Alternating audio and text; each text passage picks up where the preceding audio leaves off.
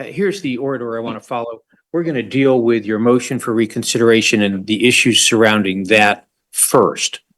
Then, once we have reached a conclusion on that issue, then we're going to discuss discovery and, I know you don't believe you're going to hear this right now, trial scheduling on an expedited basis. So let's first deal with your motion for reconsideration. I took a look at the county's response, and I'm kind of interested in a couple of things. Kudos to the county, Ms. Jones-Cummings, for actually facilitating an examination of the educational needs for Mr. Rosa. The base of your motion, Ms. Riello, for a reconsideration of where Mr. Rosa is housed was mostly due to the lack of educational efforts and time that he was given for education. And it's exacerbated by what you allege to be his ADHD and that he may be somewhere on the autistic scale. Let me start by saying the documents you presented to me with regard to the ADHD do show, if you don't mind me speaking about it, because you did send them to me, it does indicate that a 504 plan, an IEP, was addressed as early as 2018. And for purposes of your motion and our proceedings, I accept that he suffers from ADHD. It's interesting that he's not compliant with his medication, which was the only thing that they suggested be followed on the 504 plan, but that's beside the point. I also noticed in the documents you sent, and I've also stored his medical records up to December 12. So I did a complete review of the 258 pages that were available on December 12 of last year. And there is an indication of previously undiagnosed autism.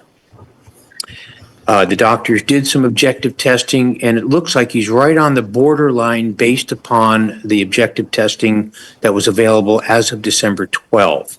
But for purposes of your motion for reconsideration at this point, I accept that those are two medical issues and medical conditions that need to be, if not further explored, certainly taken into consideration in a determination of what educational efforts need to be made. Okay?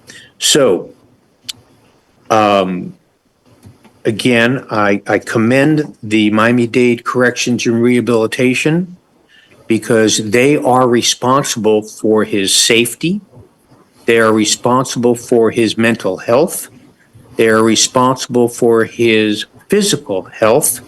And they are responsible for his education in that they are the agency that is housing him at this time. And it appears that Ms. Jones-Cummings, in recognition of the responsibilities of the Miami-Dade Corrections and Rehabilitation, ordered up from the Miami-Dade public schools a 504, an evaluation, a conference during which the physical and emotional and psychological needs of a child are evaluated in attempting to determine what educational efforts are necessary for that child. Okay? The conference was to occur on August 16. At this time, I'd like a report from the parties as to A, whether that conference occurred, and B, if it did, whether Mr. Rosa's father attended the conference specifically directed towards his child's educational needs. So anybody know whether that conference occurred? Your Honor, I believe it was a defense requested conference. I wanted to know whether the 504 conference occurred on the 16th. That's a yes or no answer. Judge, I Okay. can answer that. The answer to that is yes. Good. And Mr. Rosa present, the answer to that is yes. Oh, excellent. That's a wonderful start. Okay. Oh, I've got to find him. Stand by. I want to let here he is. I'm going to let Mr. Borst in. It could be a mistake, but who can tell? All right. Your Honor, Good. will you also allow Attorney Stephanie Linger? She was also at the conference on behalf of the family. That is an excellent advocate for that specific need. You could not have selected a better person to have been present for that. Good. That's a wonderful thing. Thank you, Ms. Riella. All right. So that being said, I then have to ask, were there sufficient materials? Because your request for clarification of my August 1 order. Nice work, Ms. Peoples. However, I'm a little bit confused by your logic here. I guess the easiest for me to do you have that handy down there, Ms.? The order, Judge? No, the request for clarification.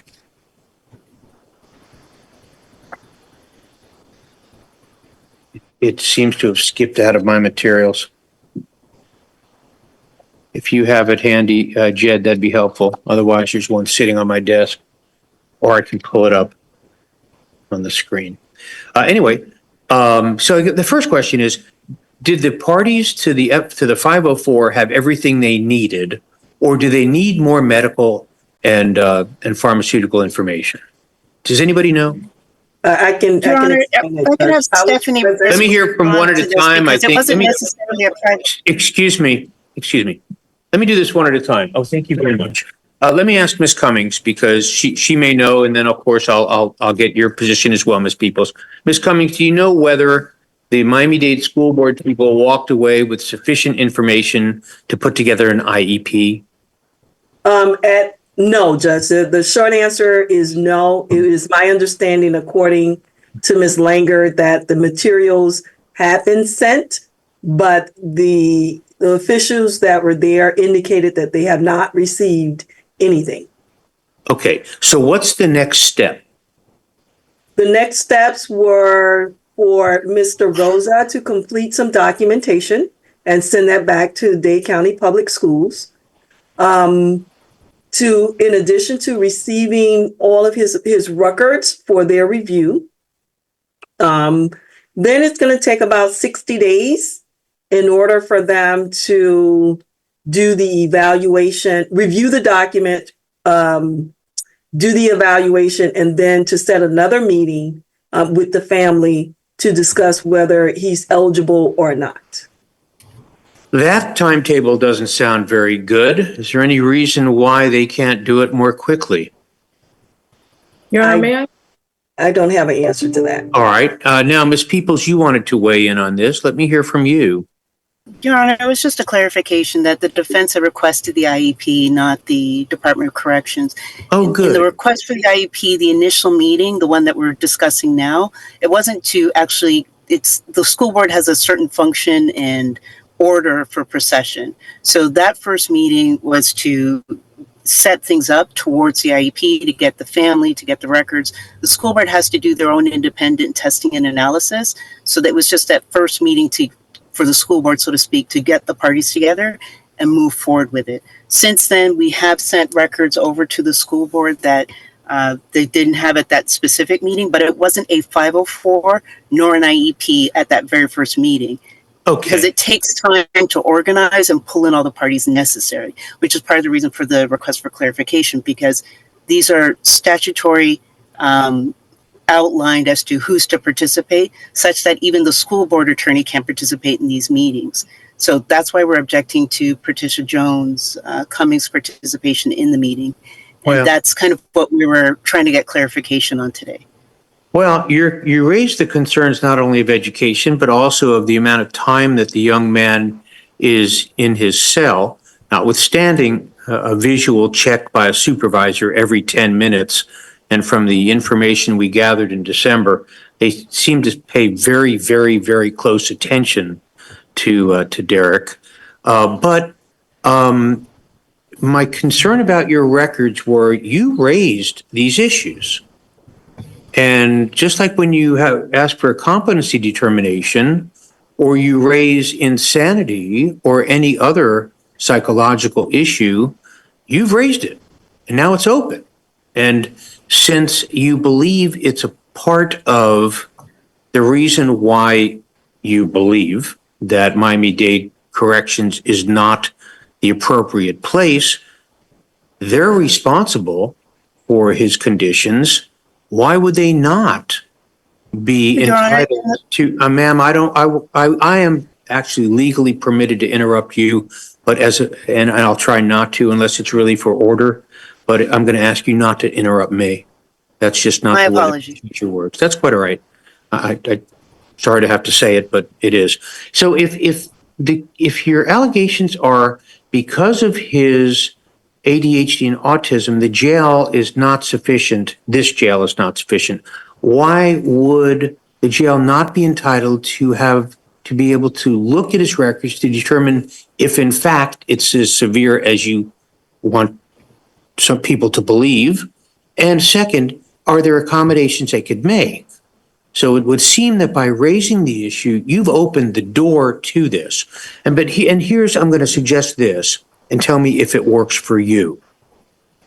Because the jail needs to be aware, they provide the doctors. They have a contract with JMH to provide the medical facility, the doctors that look at him physically, the psychologists that look at him mentally. And as I understand it, correct me if I'm wrong, Ms. Jones-Cummings, but my understanding is that there's at least a weekly medical and psychological check going on with this young man. I've seen these records before. They do a daily psychological check. So they are not held, however, by Miami-Dade Corrections and Rehabilitation. They're held by JMH. So when I hire a doctor to do a psychological evaluation, I enter an order authorizing them to review the JMH records. Why would it not be appropriate here for me to enter an order that Miami-Dade Corrections and Rehabilitation, to the extent they need it, have access to the JMH records with a very strict confidentiality provision that they may not disseminate it to anyone else except those who are essential within their legal team and to do the analysis? Why would that not be the appropriate thing to do? May I? Yes, ma'am. So thank you, Your Honor, for the request, for your clear outline of the court's position. In similar, No, ma'am, it's not I don't take a position, ma'am. I review the law, I review the evidence, and I rule. It's not a position. What I do is enter orders, okay? So what I've done is, it's not a position. If the facts and the legal analysis that I've just explained to you are incorrect, then you need to tell me that and provide for me law and or evidence which indicates otherwise. I don't take positions, ma'am. I issue orders. Go ahead. So in a similar vein with as the court raised the competency example, these are records that the hospital, because the hospital is bound by HIPAA, would not release just freely.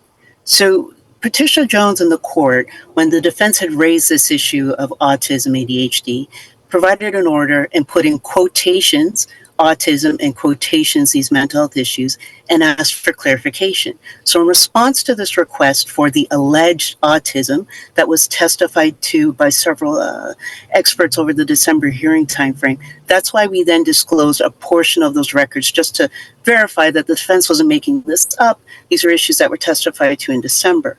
But in a competency, for example, with the court's example with competency, those records aren't just given out to anyone. They're given directly from doctor to doctor.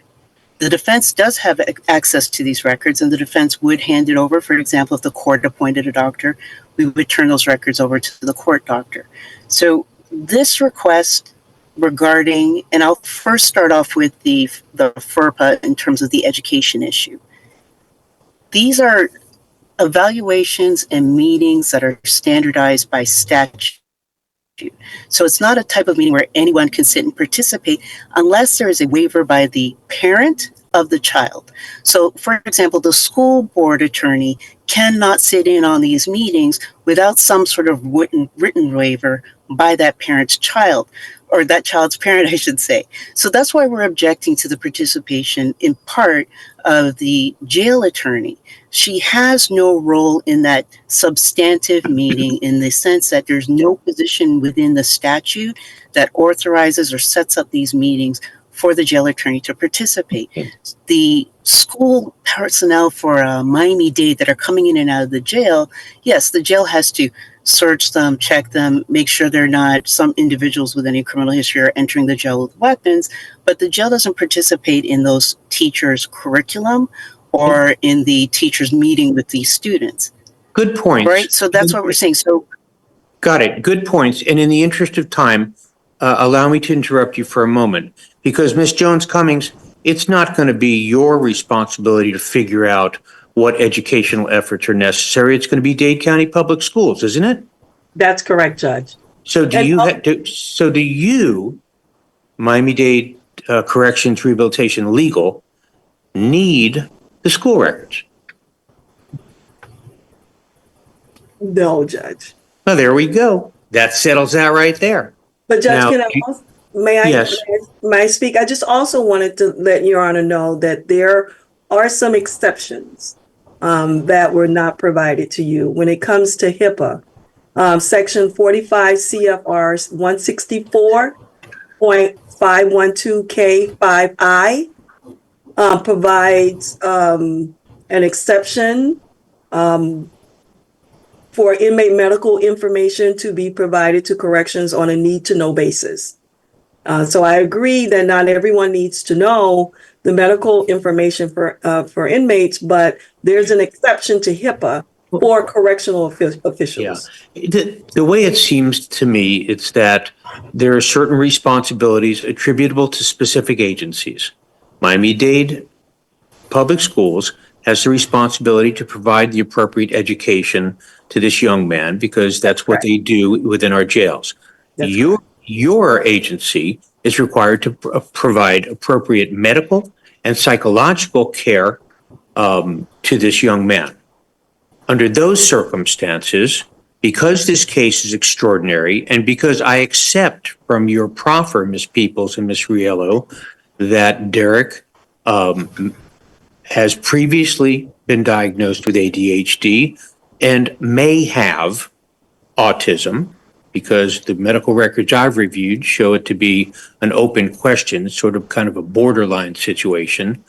I am inclined to go ahead and order that Ms. Jones-Cummings have access to the JMH medical and psychological records under a strict confidentiality provision that she cannot turn them over to anybody else, and they're to be used exclusively in determining the appropriate detention conditions of Mr. Rosa. And I find this to be necessary because of the medical conditions that you've pointed out. And as far as his HIPAA rights, you've raised this issue, just like in a civil case. Once you've raised it and you are seeking some type of relief based upon it, well, then it's open. And I don't mean wide open to the world. I mean, it's open to the point that the agency required to house him appropriately have access to this so they can determine the appropriate means of doing that. All right. That's number one. I'm going to Your Honor, if the defense could finish the argument, because there was an interruption there. I'm sorry, because I wasn't able to do this from the office. That's why we're trying to ask for the Thursday afternoon. Are you in a car? Yes, sir. Yes, I am. It's hard to look at records from this. Well, as long as you're not driving, ma'am, we'll go ahead and No, allow it. sir, definitely not. Okay. So in terms of the HIPAA issue, these are all tied to so the defense is still objecting to the participation of Attorney Jones-Cummings and her access to these records, and that these are HIPAA violations. I understand the exception that she's raised before the court. However, her position, or the defense argues that her position is not substantive in terms of her need to look at records, review records. She's not a doctor, she's an attorney, so she has no ability to participate in terms of what kind of care he needs for his autism or the ADHD issues. So for her to have access to these records and violate both his HIPAA privacy rights and the education, which she said she doesn't need it for, if she doesn't need it for education, she doesn't need it for HIPAA. She absolutely doesn't need it because the issues are making sure that he has access to the teachers and the doctors. The attorney for the jail doesn't need to review medical records to do that. So our main issue, and that's how this all started, is that the child is in solitary for X number of hours a day. We are objecting to that and adding in that because of the solitary confinement, it is impacting his ability to get an education. To argue now that, or to allow the jail attorney access to records when the issue is the child's access to teachers, that it doesn't follow that she needs to review his medical records, albeit for that limited purpose that the court's limiting her ability to distribute it. She still doesn't need it to carry out her function in terms of not substantive, but logistical, to make sure those doctors have access and or teachers have access to the child. And that's the issue we're having, that the solitary confinement is so great that his ability to access the teachers that do come into the jail has been greatly limited. So, Well, that's already been addressed, ma'am. We went over this early on back in December, and while I'm not thrilled with the amount of time that the jail allows him to be outside of his cell, he is checked every 10 minutes. And the testimony I got back in December is he's got I think it was a sergeant, sitting next to his door and interacting with him on every opportunity he has. So I don't accept your characterization of solitary confinement. He's in a unit with 30 other young men for safety purposes, for his safety. They're not gathering in a communal manner.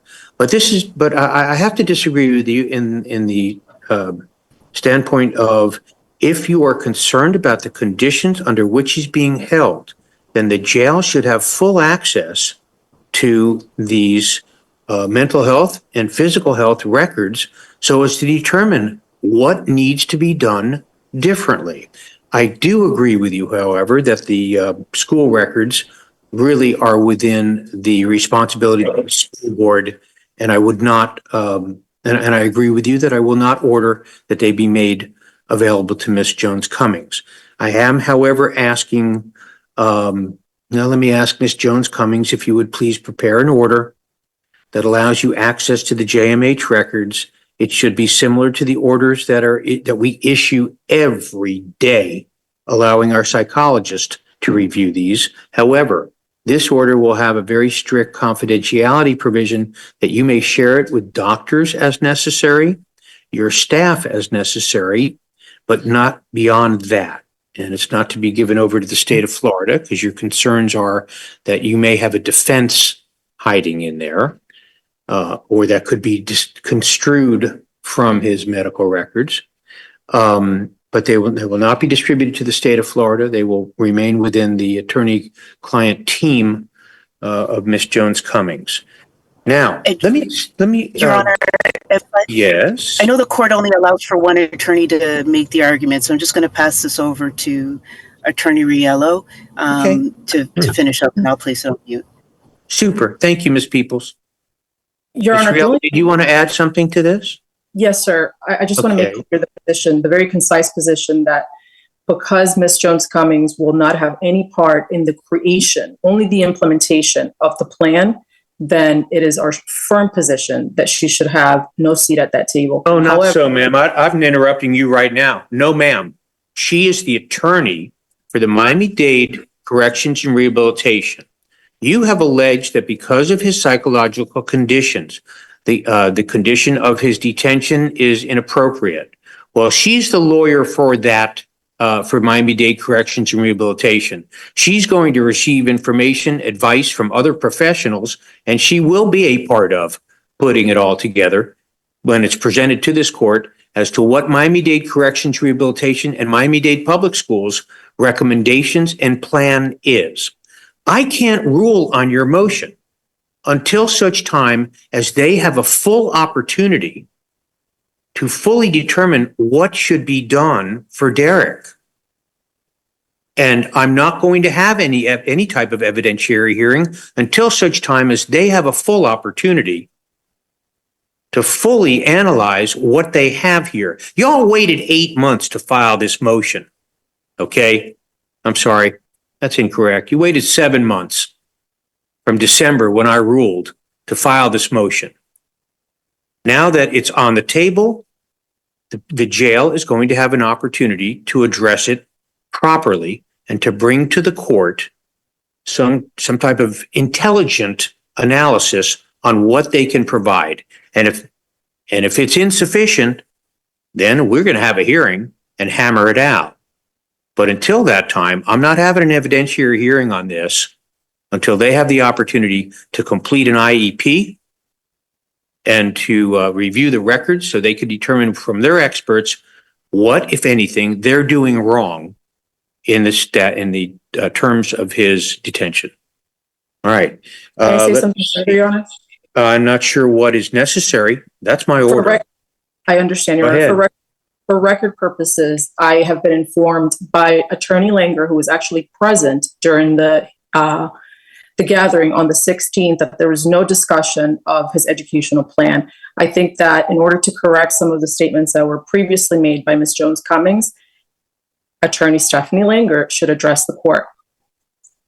Judge, if I may address, what I specifically said was there were no records, and that Ms. Langer indicated that they had sent the records, and she would follow up on that, and that there's a 60-day window for them to do their evaluations. So you're right, there was no educational plan discussed at that point in time.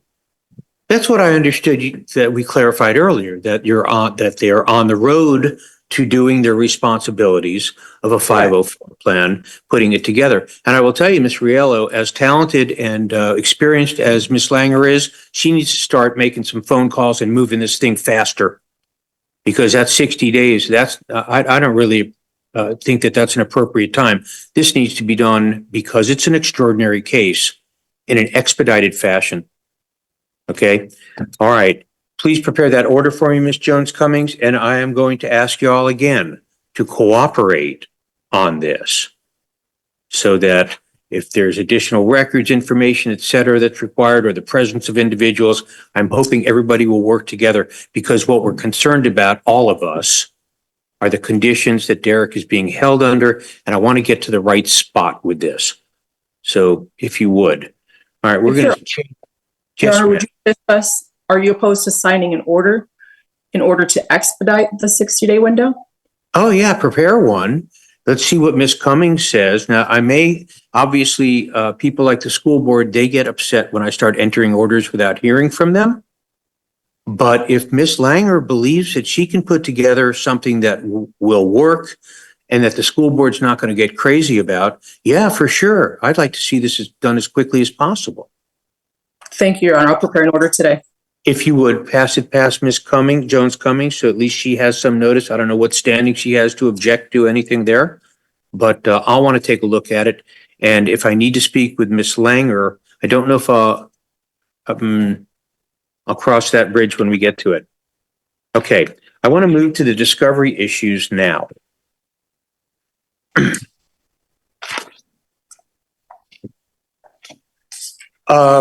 I have reviewed, and I'm looking at side by side, 2 documents. One of them is the defense response to the state of Florida's court-ordered interim discovery report. Oh, and I'm looking at the state's interim discovery report at the same time. So on some of these things, you guys have reached consensus. On others, not so. So the first thing I'll ask is, the first area of disagreement I have is when you speak to the Facebook printouts. On the defense pleading, that appears on page 2, paragraph 1. Everybody on board with that? Yes, sir. On the state's pleading, it is paragraph 5. The state objects to the provision of the Facebook printouts. I have some question about this. When you say Facebook printouts, what is that? Ms. Morales or Mr. Borst? Good afternoon again, Your Honor. So I tried to explain in five, but essentially so if we go back to the early on investigation, Your Honor may recall that before the defendant called 911, he called a friend that was by a name that wasn't the person's actual name, and had, a conversation of some time after the killing before he called 911. So when the detectives were investigating, trying to figure out who this person was that had the conversation with the defendant in between those two things, the defendant in his statement to police gave some information. And then when access to his phone became available, they were able to locate a phone number. That phone number, they then did subpoenas to the phone company to try and get subscriber information to who that belonged to. It's not a local number, it's in another state. And then through their investigation, trying to identify who this person was, when they were able to see in the chat on the defendant's phone, that other minor sent a picture of himself to the defendant. So when they were looking up the adult who pays the bill, right, for that phone, they looked on Facebook and just input the person's name. So in the way that any person has their normal Facebook page and it shows like a picture of themselves and their name, that's what I'm talking about. So when they looked at that person's, that's an adult, they were able to see friends of that person, which included the minor child. They were able to figure out that minor child was the same person the defendant spoke to, because the picture of the Facebook profile of that child is the same person essentially that was in communication with the defendant. So long story short, just as a part of their file, they printed out the profile page of the adult who's not a party to the case, who pays the phone bill for the child that the defendant was speaking with, the child's Facebook profile picture, and the child's mother profile printout as well, who's also not a party to it. They then used that information, which on it had a county in the other state. And then the detectives went to that state and used local law enforcement assistance to locate the home essentially. And that's how they ended up with the interview of that child. That interview was recorded. It's been previously turned over in discovery, as well as all of this explanation of how it got there. So that's essentially what it is. I have them, and I put in the email when I sent it over that if Your Honor wanted to do an in-camera review just to see exactly what it was in case my explanation was not giving a full picture, that I was happy to walk over, which I still can do if Your Honor wants to see them in camera. But that's essentially what it is. It's 3 different people's Facebook profile pages that the detectives just printed out.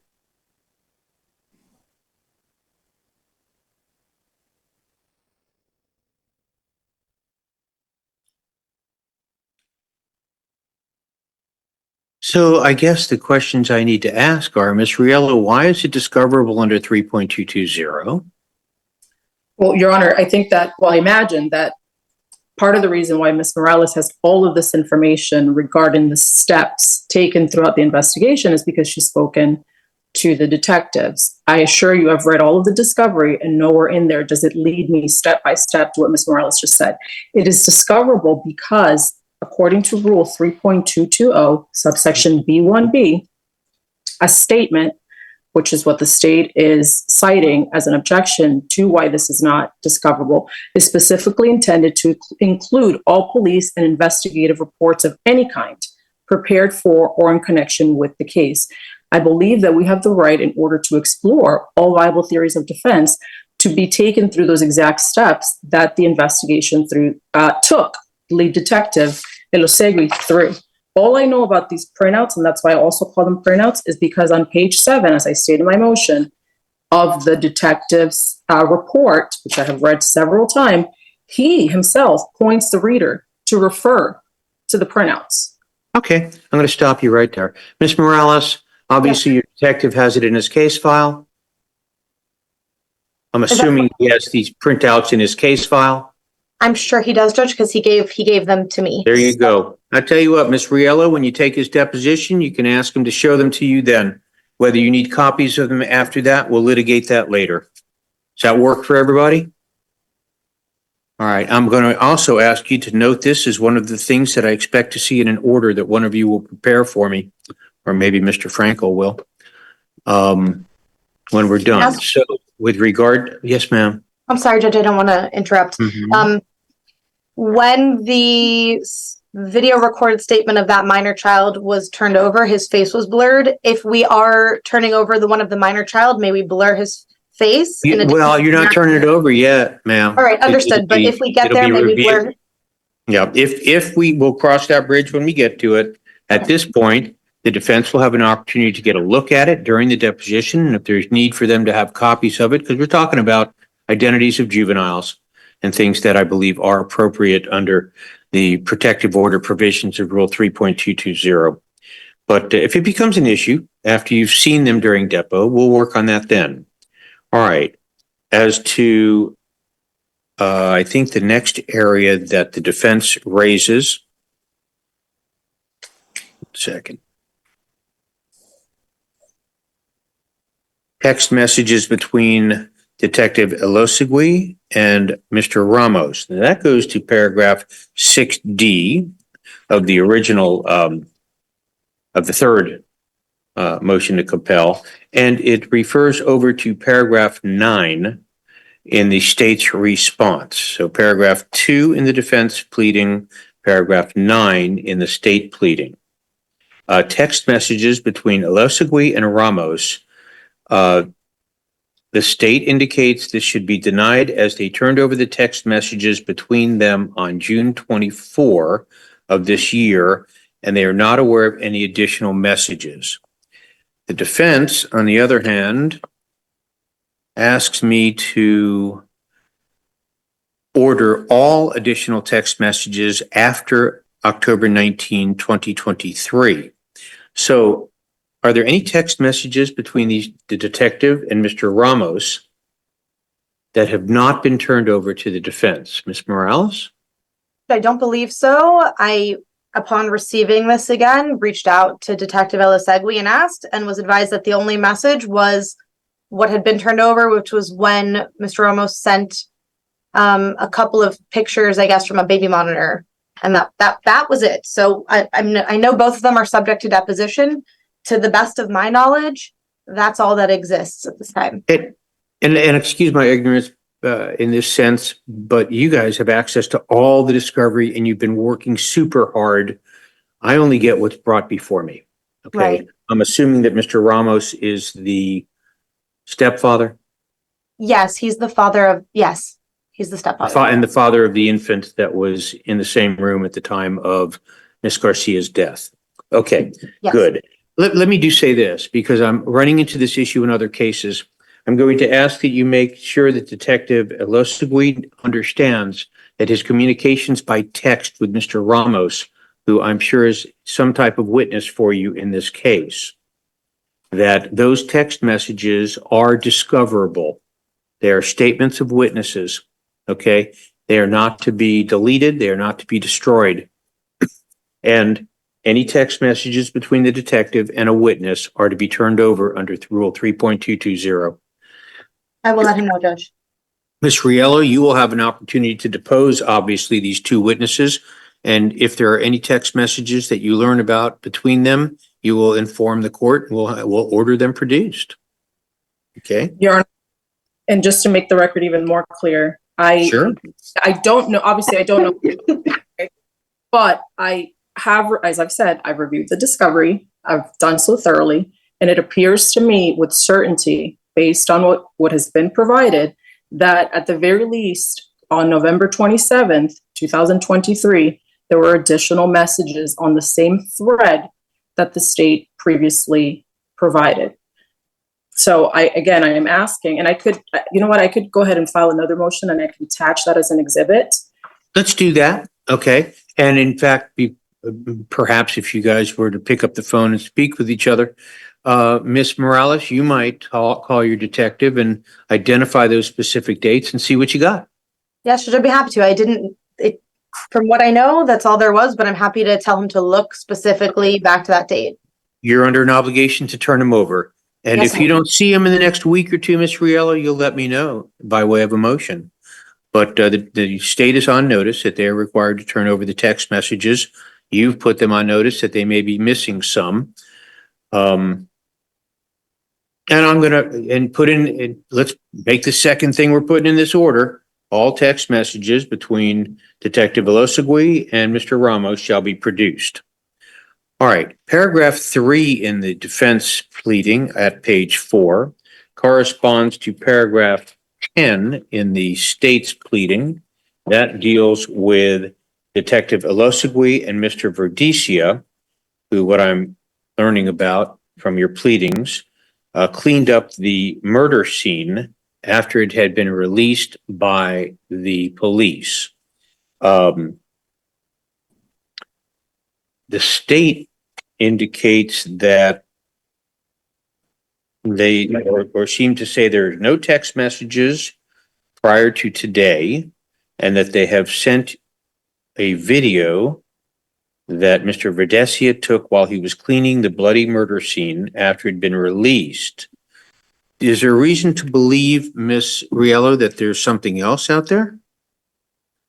Well, I think before we even get there, Yes, with ma'am. this particular item, I had an issue because it's kind of wacky or illogical to conclude that I would know of text messages on the 17th of July that were not exchanged until the 6th of August.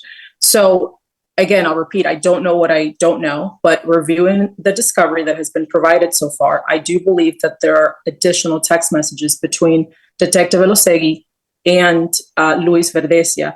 Now, what I'm asking for is not only those additional text messages, but I'm also asking for a better exhibit than the one that was provided, because the one that was provided, although it says that it was exchanged on the 6th of August, there's no timestamp, there's no date stamp. So there's no way for us to see exactly when that was exchanged between Detective Elosegui and Verdecia. Okay. After you take their depots, if you're still unable to figure that out, then we'll go ahead and do that. But right now, because we're one of only 4 states in the country that allow pretrial statements from witnesses, I'm going to ask the parties to avail themselves of that to flesh this discovery out. And what's left after that, I'll enter the appropriate orders.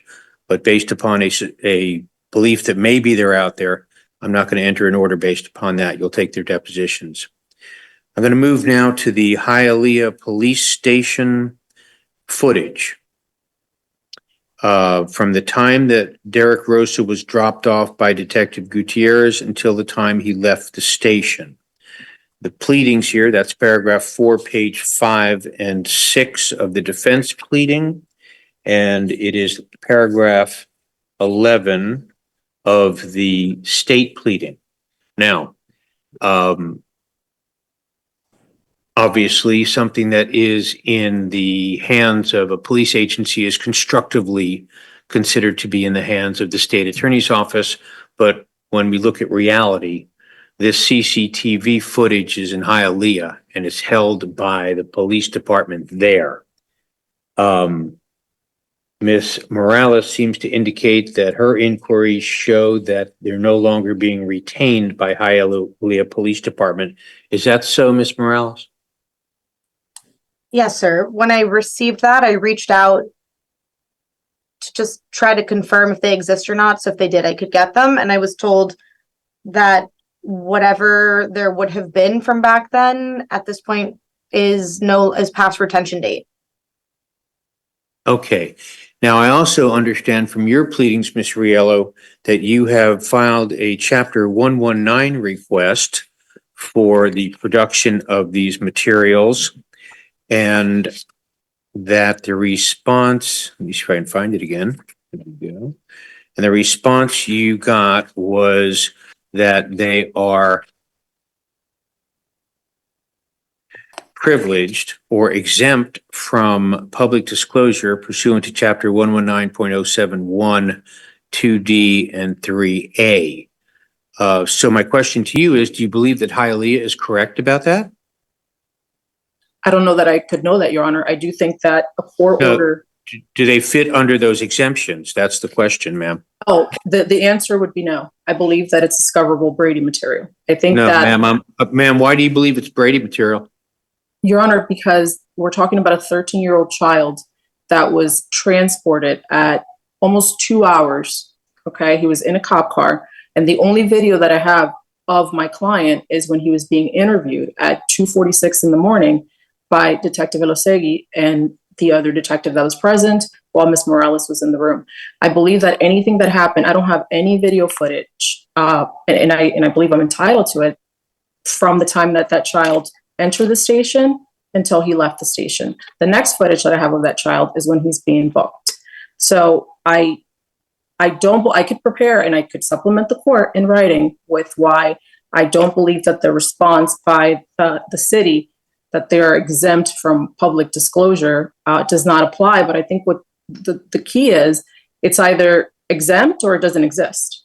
I don't understand. So let's start from there. Number one, Ms. Morales says that she's told by Hialeah it doesn't exist.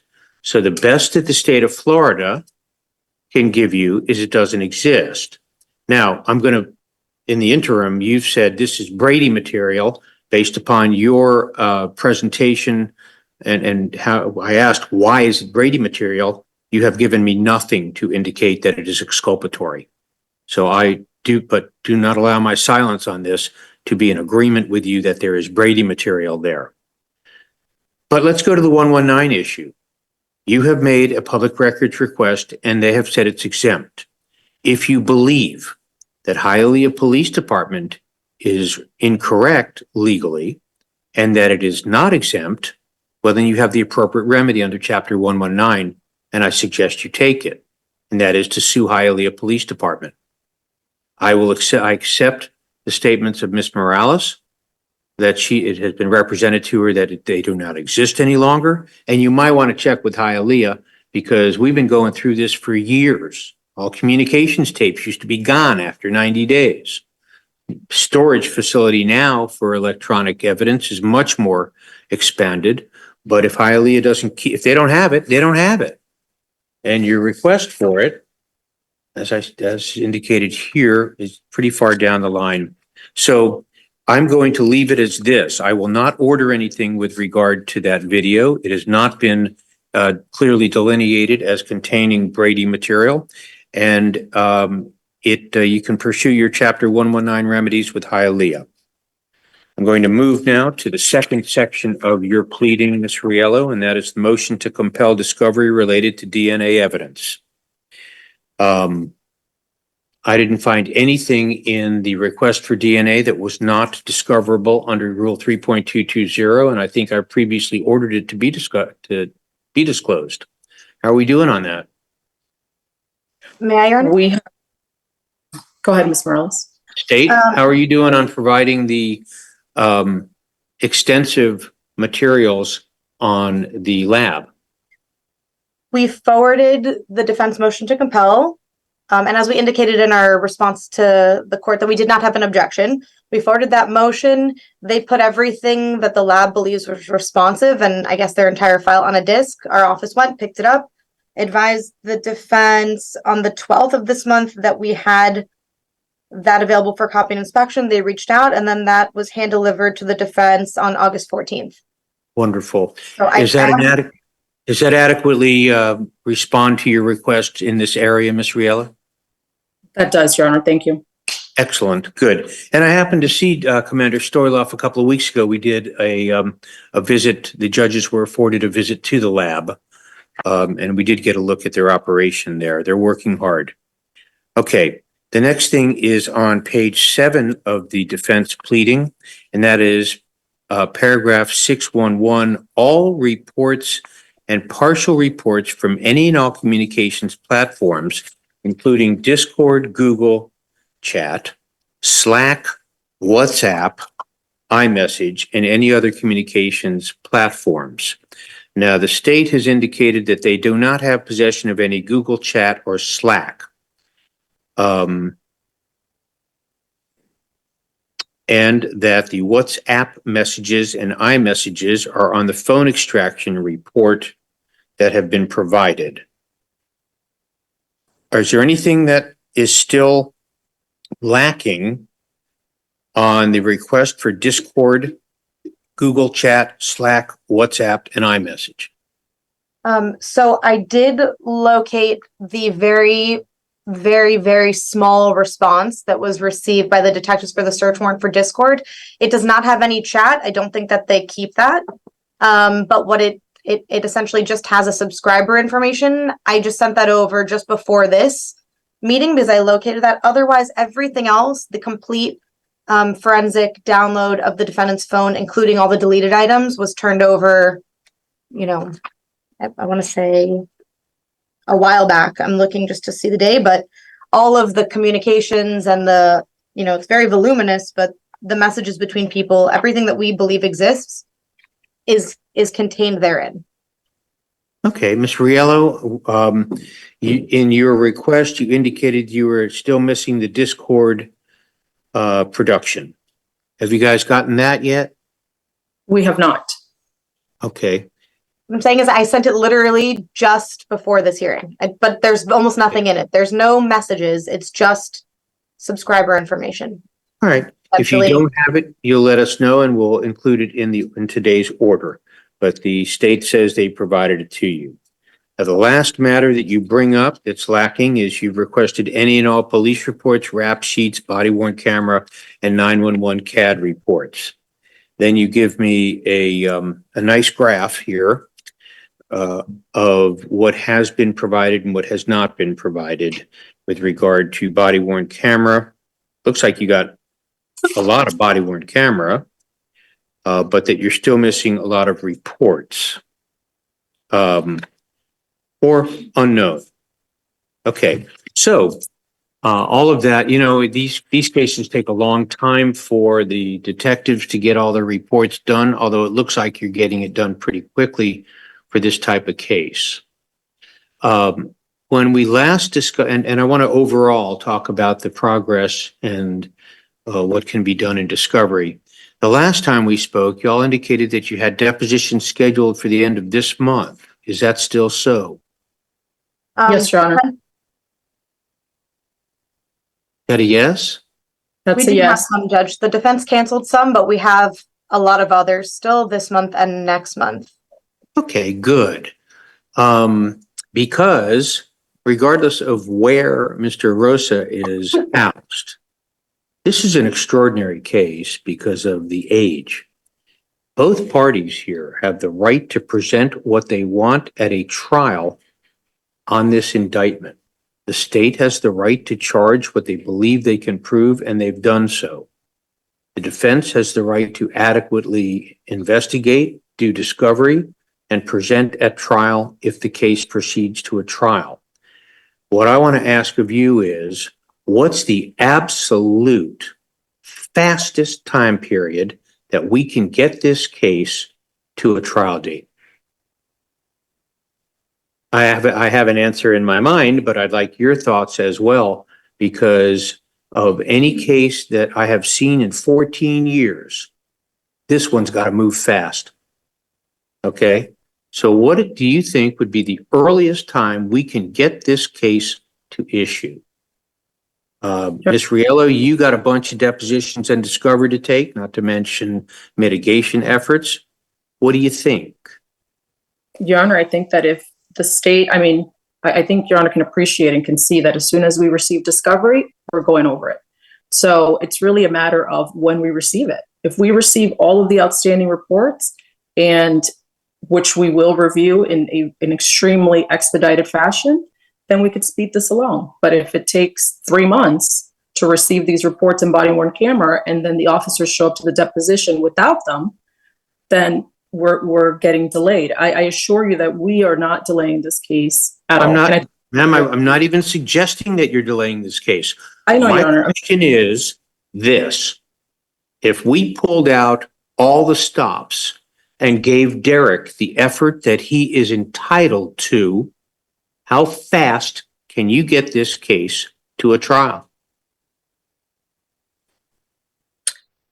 I think that's, again, optimistically speaking, within a couple of months of receiving everything that we're entitled to receive. Okay, good. Ms. Morales, how fast can you get what they're entitled to receive? And I'm talking days, not even weeks. Okay? And if you're having a problem with the detective who hasn't written their report, you will bring them to me, the detective, not the report. Okay? And we will get this done. In fact, what I'm going to ask you, and I know you got a lot on your plate because you're very busy and you handle very important cases, but I'm inclined to set this case for either next Friday or the Friday after that so I can get a full play on who hasn't provided a report, and I'll invite them in to see us the following Monday. Okay?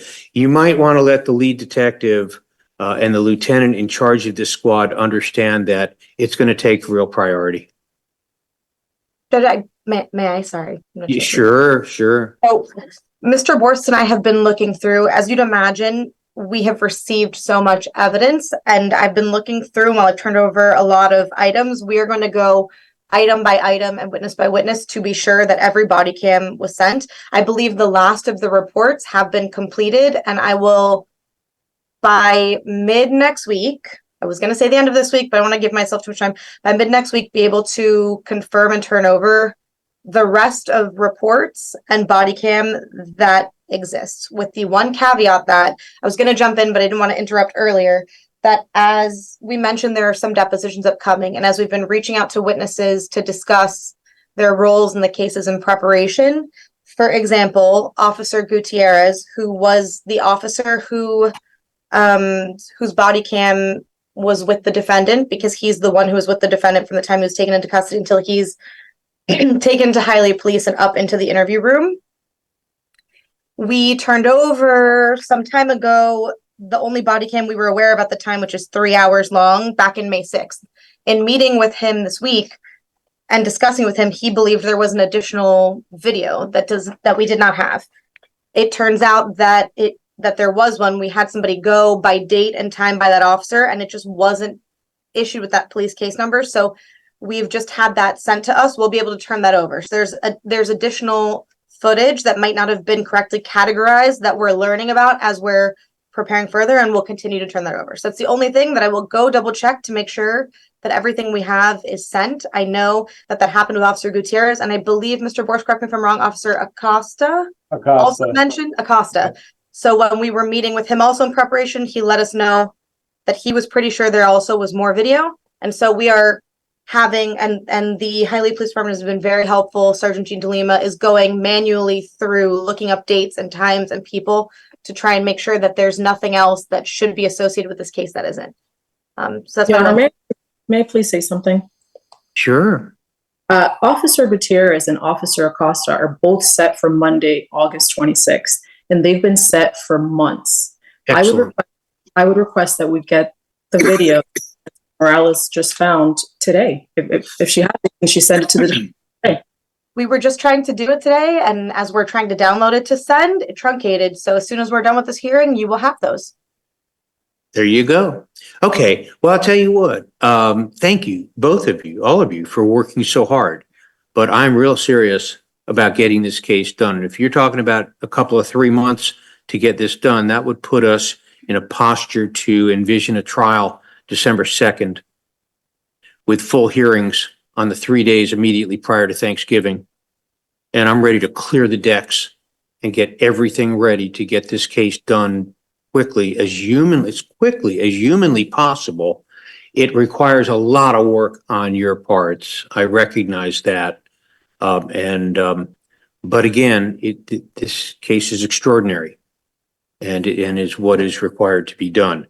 Okay, let's talk about our next steps. Thank you very, very much for what I think is a very productive status conference. Oh, well, you know what we haven't talked about is your inspections of the electronics, clothing, and DNA. Ordinarily, that is done by contacting the prosecutor and saying, under what conditions do you want this to happen? Because you and or your investigator have to go to the property room, have it taken out from property, etc. Now, some things you're going to want to photograph, some things you're going to look at. If there's any testing of materials that needs to be done, you're going to have to file a specific motion on that, because that's going to require samples. It's going to require supervision by the lab. And that requires some extra things to be done. But in terms of just looking at, say, the knife that was used, or the fingerprint standards, or the fingerprint cards on the latents fingerprints that were taken off of the knife. I don't know if you have them or not, but that would be the standard operating procedure. You'll let me know. Can you guys coordinate on this examination? So, Your Honor, we previously had coordinated. The detectives were available. The state was available. We reserved it, and defense canceled the inspection, the visual inspection, to be clear, because their expert that they were bringing along would be out sick. They said unavailable. Okay. So we will reschedule that when the defense has asked, but it has not been rescheduled at this point. Okay. And can I suggest the process of when one person cancels, they provide the next date right there, and everybody agrees on, oh, gee, my expert's unavailable on Thursday, but he'll be available on Monday. Okay? Because that's what needs to be happening in this case. I'm sure, like I said, I know you guys are working hard. I've got it. But once you do that visual inspection, Ms. Riello, then you're going to want to determine what you might need to scientifically test, I would imagine. Your Honor, there's one thing on the items that are actually at or on the shelf or wherever they are at the Hialeah Police Department. If Your Honor recalls, during the proceeding on April 3rd, Ms. Morales stated that the phone itself was still in the possession, was not able to be inspected because it was in the possession of the Secret Service. Subsequent to April 3rd, on May 20th, we received a partial extraction. So I would like to know, one, when we're receiving the full extraction, and if that phone is back at HPD for us to inspect it.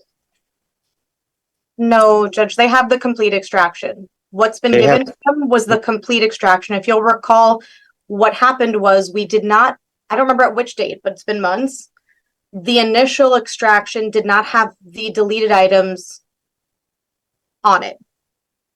We then got the rest of it, which had like 80,000 more, I don't remember exactly, but a significant number more pages of responses. And that is the copy that was given to defense, was the complete and full extraction. Where is the phone now? Judge, I don't know because I haven't asked since we have all of the materials off the phone, but I can look into it. I don't know if Please it's do still so, a because if it's back with Hialeah, if you want an additional examination of the phone, Ms. Riello, you'll submit an order on that. And you're going to have to provide to me the name of the analyst that you want to use and what tools he anticipates using. Now, I may order that to be done in the presence of someone from Metro-Dade or Hialeah that has experience in cell phone extractions and examination to make sure that the exhibit is not improperly handled or tampered with. We've done this before. I actually have an order in that regard. So you'll provide a name if you want to do further examination of the phone. You'll provide the name of the expert, and that expert will be working under some guidelines to make sure that the integrity of the evidence is preserved. So you'll let me know what you want to do with that. I think I'm probably going to order up another status conference like this within the next 3 weeks to see where you are. And we'll see how our trial schedule opened up. But other than the phones, as far as the physical inspection, one, you guys are going to coordinate and set up a physical inspection. Any type of electronic evidence, you're going to, or scientific examination, that'll be by subsequent motion. Okay. Anything else y'all would like to, that's a lot of stuff we've done today, and thank you. Is there anything else y'all would like to do today? The only thing I want to mention, Your Honor, because I didn't want to interrupt and we moved on, is just to going back really quickly to your thoughts on a potential future trial date. Say that Is again, that potential what? future trial date, Your Honor? Oh, yeah, okay. Is that, as I mentioned, a number of depositions that had been scheduled were canceled and we're in the process of rescheduling, and we have sent out some dates at the beginning of November. And then also that, as for the state, we're also waiting to see if there will be any affirmative defenses or any experts necessary, and we do not have any. There has been nothing of that kind done yet, so I just wanted to mention that may take some time. Well, if you guys are thinking of depositions in November, you're going to be way short. Because if we're envisioning a December 2 trial date, you're going to be way short. My suggestion is y'all need to be figuring out a week or two where you can get everybody that you need into the room. And Ms. Riello, I suggest getting the most important witnesses at the top of your list. If you guys need my assistance, and I have offered this before, I will set aside 2 weeks where every witness in this case shows up here and you depose until you're done. And they'll be under my summons. So I'm going to ask you if you guys can cooperate to expedite your discovery schedule here. As I said, it's an extraordinary case and we owe it to Derek to get this case finished as quickly as possible. I'm sure you feel that way as well, Ms. Riella. Thank you, sir.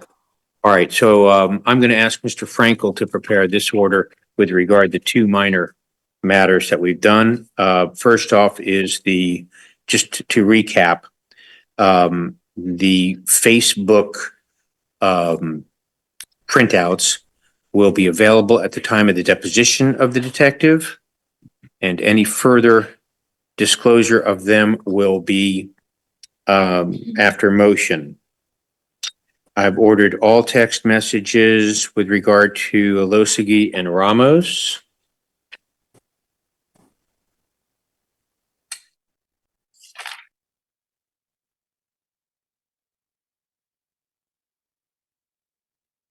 And I think we addressed also Alosagi and Verdesia. The state's going to take a look to see if there's anything else there.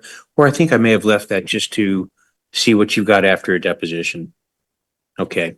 All right. So I'm not entering a huge order here, but again, I'm envisioning seeing you guys again in about 3 weeks. I'll give you some notice on that. It seems that when I set anything, even without extensive notice, we get a nice crowd. And as to all, is there any other items of business that any party wants to address at this time? Okay, Not at the moment. terrific. Again, thank you very, very much for all the hard work that everybody's putting in here. And for those of you who are on our screen, thank you for joining us today. And we look forward to having you observe future proceedings in this matter. If there's no objection, I'm going to go ahead and close Division 13 until 9 o'clock tomorrow morning. Okay, Thank you, everybody. sir. Have a good day. Have a great day. Thanks.